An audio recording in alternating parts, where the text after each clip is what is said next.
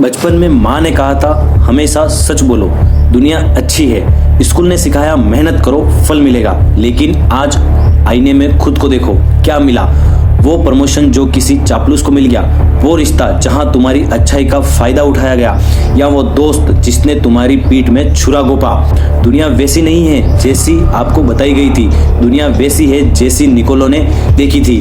500 साल पहले एक ऐसी किताब लिखी गई जिसे पढ़ने वाले को नर्क का दूत कहा गया।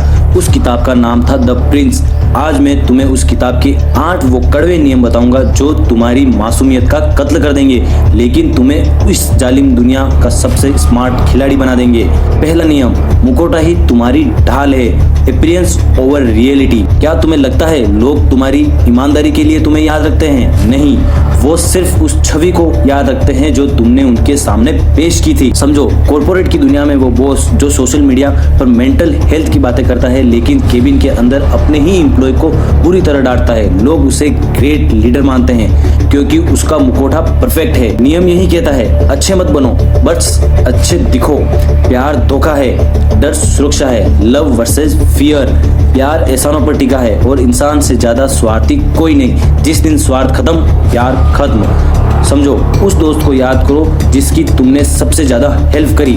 आज वो तुम्हारा फोन भी अटेंड नहीं करता। क्यों? क्योंकि उसे अब तुमसे कुछ नहीं चाहिए, लेकिन जिससे वो डरता है उसका काम वो आधी रात को भी करता है। लोग तुम्हें छोड़ सकते हैं अगर वो तुमसे प्यार करते हैं, लेकिन वो तुम्हें कभी नहीं छोड़ेंगे अगर वो तुमसे डरते हैं। तीसरा, वफादारी एक भ्रम है, द ट्रैप ऑफ ट्रस्ट। सबसे गहरा घाव वो नहीं देता जो सामने खड़ा है, बल्कि वो देता है जो तुम्हारे बगल में बैठता है। रतन टाटा को उनके अपने ही करीबी साइरस मिस्त्री के साथ कानूनी जंग लड़नी पड़ी थी।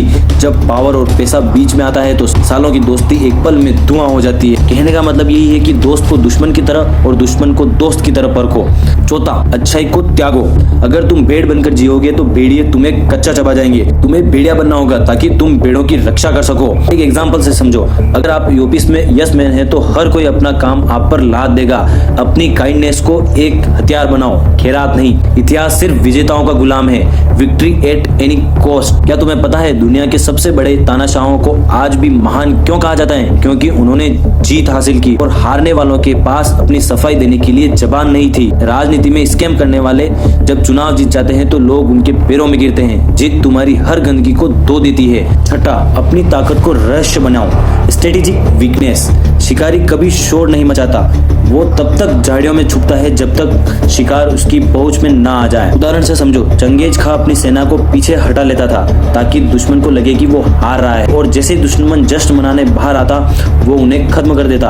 अपनी असली चाल कभी मत बताओ। सातवां, दुश्मन को खत्म करो, घायल नहीं, टोटली डिस्ट्रॉय। घायल सांप सबसे ज्यादा खतरनाक होता है। अगर किसी से बदला लेना है तो उसे इस तरह हराओ कि वो दोबारा उठने लायक न रहे, वरना वो पूरी जिंदगी तुम्हारी बर्बादी की साजिश करेगा।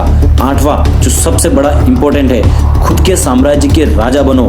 The surviving self.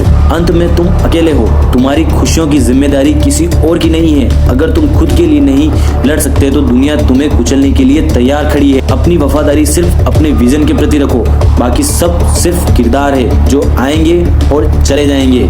शायद आज तुम्हें मेरी बात कड़वी लग रही होगी, शायद तुम्हें लग रहा होगा कि मैं तुम्हें बुरा इंसान बना रहा हूँ, लेकिन याद रखना, एक अच्छा इंसान होने का मतलब यह नहीं कि तुम्हें बेवकूफ बनने का हक है। मैकियावेली ने ये नियम तुम्हें राक्षस बनाने के लिए नहीं, बल्कि राक्षसों से बचाने के लिए लिखे थे। इस शतरंज की बिसात पर या तो तुम खिलाड़ी बनोगे या मोहरे, फैसला तुम्हारा है। क्या तुम तैयार हो अपनी मासूमियत को त्याग कर एक स्ट्रेटेजिक जीनियस बनने के लिए? अगर हाँ तो कमेंट में लिखो आई एम द प्रिंस। और अगर तुम्हें लगता है कि तुम इन नियमों को झेल सकते हो तो अगली वीडियो का इंतजार करो, जहां मैं बताऊंगा कि इनोसेंट लोगों को मैनिपुलेट कैसे किया जाता है ताकि तुम खुद को बचा सको। सब्सक्राइब करो वरना तुम इस भीड़ में कहीं खो जाओगे।